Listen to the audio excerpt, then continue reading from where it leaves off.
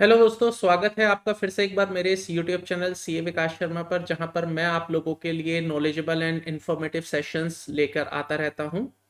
तो दोस्तों, आपने थंबनेल बिल्कुल सही देखा है। मैं आज के इस सेशन में आप लोगों के साथ एक ऐसे टॉपिक पर डिस्कशन करने वाला हूं जिस पर अगर आपने इस फाइनेंशियल ईयर की इस असेसमेंट ईयर की रिटर्न भरते समय ध्यान नहीं दिया तो आपको एक बड़ा झटका लग सकता है, आपको एक बड़ा नुकसान हो सकता है। दोस्तों, मैं बात कर रहा हूं न्यू रिजीम और ओल्ड रिजीम के ऑप्टेन इन और ऑप्टेन आउट के बारे में।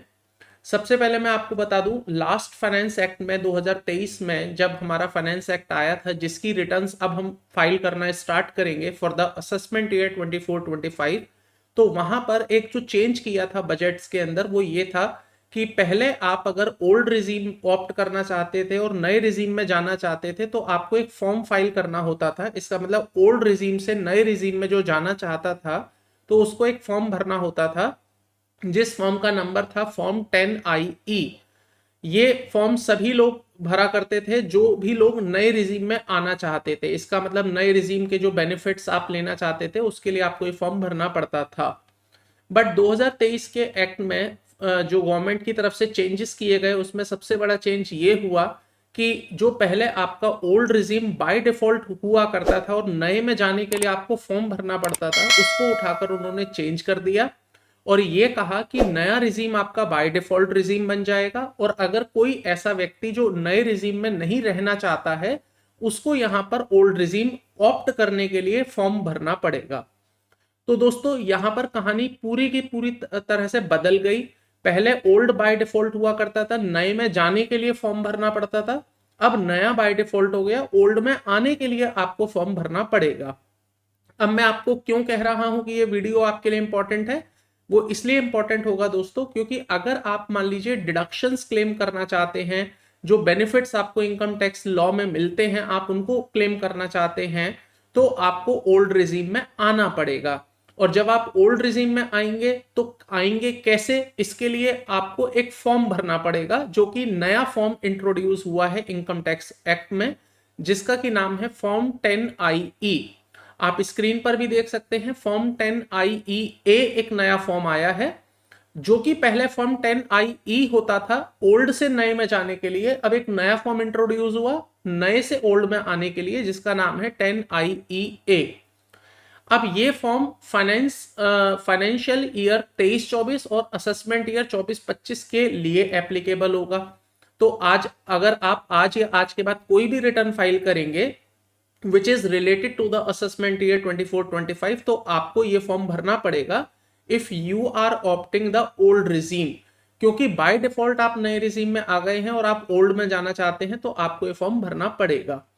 तो आज के सेशन में मैं आपसे दो एस्पेक्ट्स पर बातें करूंगा। सबसे पहले तो मैं बताऊंगा कि किसको ये फॉर्म भरना है, किसको ये फॉर्म नहीं भरना है, और दूसरे एस्पेक्ट में मैं बात करूंगा कि ये फॉर्म भरना कैसे है। तो उसके लिए मैं आपको इनकम टैक्स पोर्टल पर लाइव डेमो दिखाऊंगा, लाइव एक फॉर्म फाइलिंग करके देखेंगे कि how to fill this form. आइए दोस्तों, सबसे पहले बात कर लेते हैं कि ये फॉर्म बेसिकली किस चीज के लिए है, किसको ये फॉर्म भरना है। तो जैसा कि मैंने आपको बताया, अपडेट इसमें ये था, सीबीडीटी की तरफ से एक नया फॉर्म इंट्रोड्यूस हुआ है 10IE, और ये उन लोगों के लिए है जो बिजनेस ओनर्स हैं या प्रोफेशनल्स हैं एंड वो कंटिन्यू करना चाहते हैं ओल्ड इनकम टैक्स रिजीम को in the current financial year. When I से करंट फाइनेंशियल ईयर, तो यहां पर मेरा मतलब 23-24 से होगा और असेसमेंट ईयर 24-25 से रहेगा। आगे लिखा हुआ है, starting from the financial year 23-24 new tax regime will become the default option. तो गवर्नमेंट की तरफ से कहा गया था कि नया टैक्स रिजीम ही डिफॉल्ट ऑप्शन बना दिया गया है।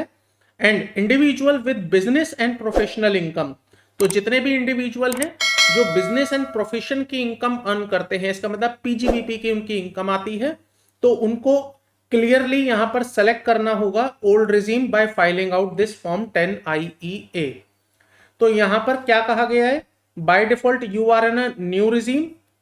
अगर आपकी बिजनेस इनकम आती है, पीजीबीपी इनकम आती है और आप ओल्ड में जाना चाहते हैं तो आपको 10IE फाइल करना है। अगर आप नहीं आना चाहते हैं ओल्ड में, नए में ही रहना चाहते हैं क्योंकि by default you are in a new, तो आपको ये फॉर्म भरने की जरूरत नहीं है। मैंने काफी सारे लोगों के क्वेरीज इस पर एंटरटेन किए जो इस फॉर्म से रिलेटेड है, तो काफी सारे कंफ्यूजन्स हैं लोगों में, बट मैं उन कंफ्यूजन को एक सिंगल लाइन में आंसर करना चाहता हूं। दोस्तों, अगर आपकी बिजनेस की इनकम है, पीजीबीपी इनकम है, और आप पुराने में आना चाहते हैं या पुराने में रहना चाहते हैं, तो आपको ये फॉर्म भरना पड़ेगा, क्योंकि आप बाय डिफॉल्ट नए में आ चुके हैं। लेकिन अगर आपकी पीजीबीपी की इनकम नहीं है, इसका मतलब आपकी सैलरी की इनकम, कैपिटल गेन की इनकम, अदर सोर्सेस की इनकम या कोई और इनकम आपकी आती है, तो उस केस में आपको ये फॉर्म भरने की जरूरत नहीं है। जब आप अपनी इनकम टैक्स रिटर्न भर रहे होंगे तो वहीं पर आपको यस और नो के ऑप्शंस को सेलेक्ट करते हुए अपने रिजीम को डिक्लेयर कर देना है कि आप किस रिजीम में रहना चाहते हैं, वेदर इन अ न्यू और ओल्ड।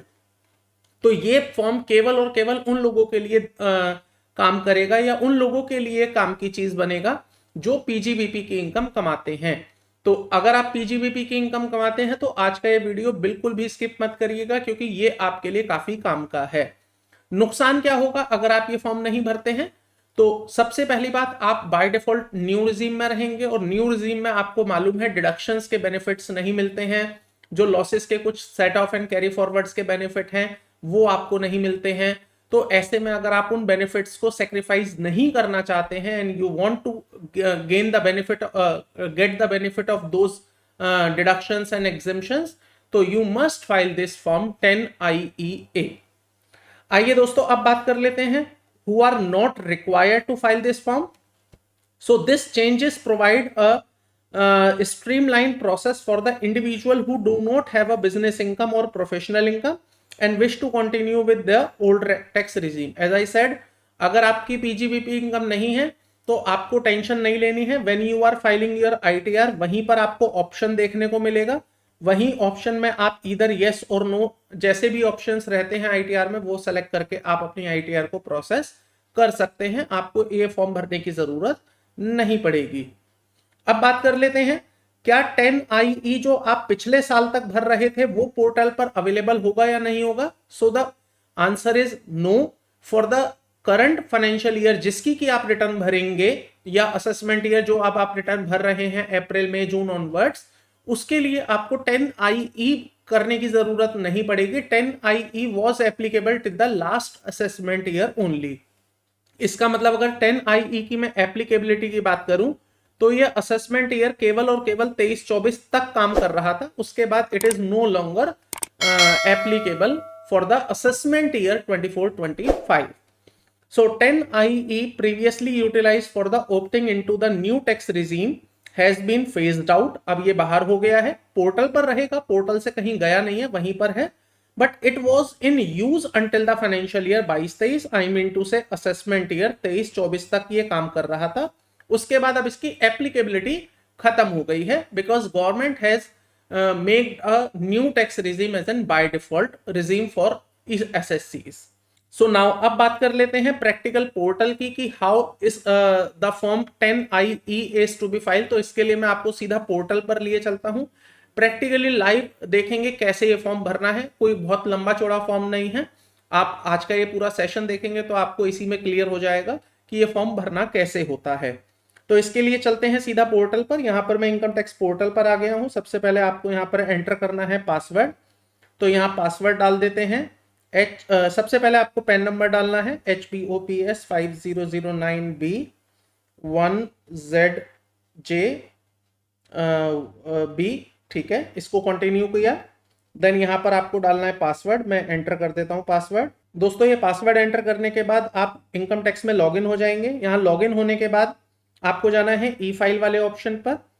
ई फाइल में आपको इनकम टैक्स फॉर्म दिखाई देगा, फाइल इनकम टैक्स फॉर्म पर जाएंगे आप। ये अगर आप भरना चाहते हैं, अच्छा ये भरना ऑप्ट इन या ऑप्ट आउट किसके लिए होगा? तो ये दोनों ही सिनेरियो में काम करेगा। इसका मतलब इसकी फंक्शनैलिटी ऑप्ट इन और ऑप्ट आउट दोनों के लिए काम कर रही है। वो आपको भी फॉर्म में क्लियर हो जाएगा किस तरह से काम कर रहा है। तो यहां पर आप देख सकते हैं, सबसे पहले ऊपर ही आपको दिखाई देगा form 10IEA determination of tax in certain special cases. अगर आपको आपके पेज पर आपके लॉगिन में ये ना दिखे तो आप यहां से सर्च भी कर सकते हैं। आपको सर्च करने में यहां लिखना होगा 10 देन हाइफन और उसके बाद आपको लिखना है IEA। जैसे ही आप सर्च करेंगे तो यहां पर आपको रेलेवेंट फॉर्म दिख जाएगा। यहां पर आपको एक ऑप्शन भी दिखेगा फाइल नाउ का। आप सिंपली फाइल नाउ पर जाइए, आपको आपका पैन नंबर दिखाई देगा, filing type original, assessment year दिखेगा। असेसमेंट ईयर आप यहाँ पर 24-25 ही सेलेक्ट करेंगे, पहली बार ये लाइव हुआ है फॉर्म। देन कंटिन्यू पर क्लिक करेंगे। कंटिन्यू पर क्लिक करने के बाद यहाँ पर लेट्स गेट स्टार्टेड पर आपको जाना है।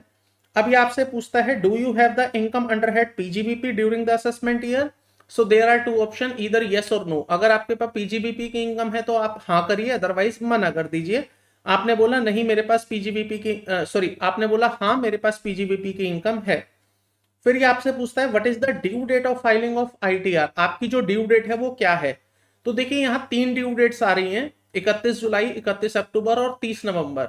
तो 31 जुलाई नॉन ऑडिट वाले केसेस हैं, 31 अक्टूबर अगर आपका ऑडिट हो रहा है, और 30 नवंबर अगर आपका टीपी ऑडिट भी हो रहा है, ट्रांसफर प्राइसिंग ऑडिट जिसको हम कहते हैं।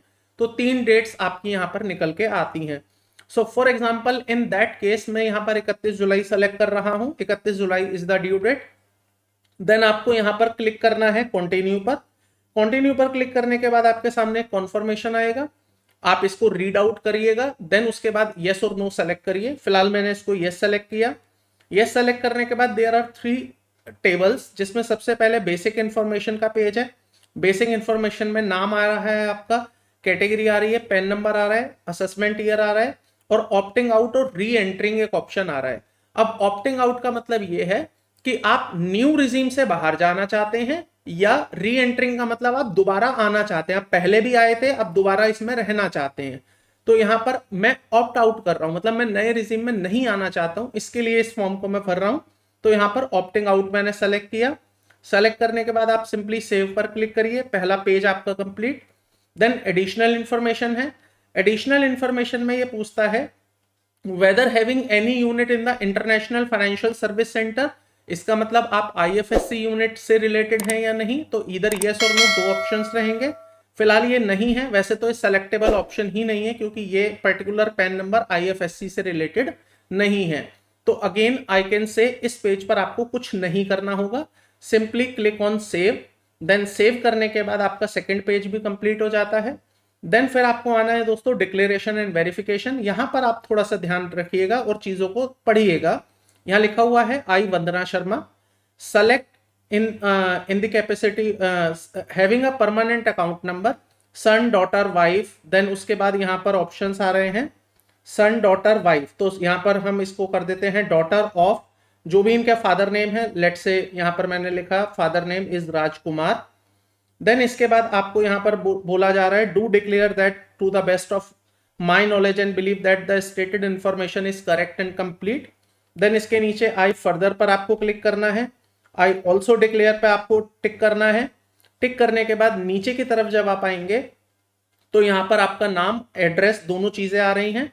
प्लेस आपको एंटर करना है, ये प्लेस वो प्लेस होगा जहां पर बैठकर आप इस फॉर्म को फाइल कर रहे हैं, सिग्नेटरी है।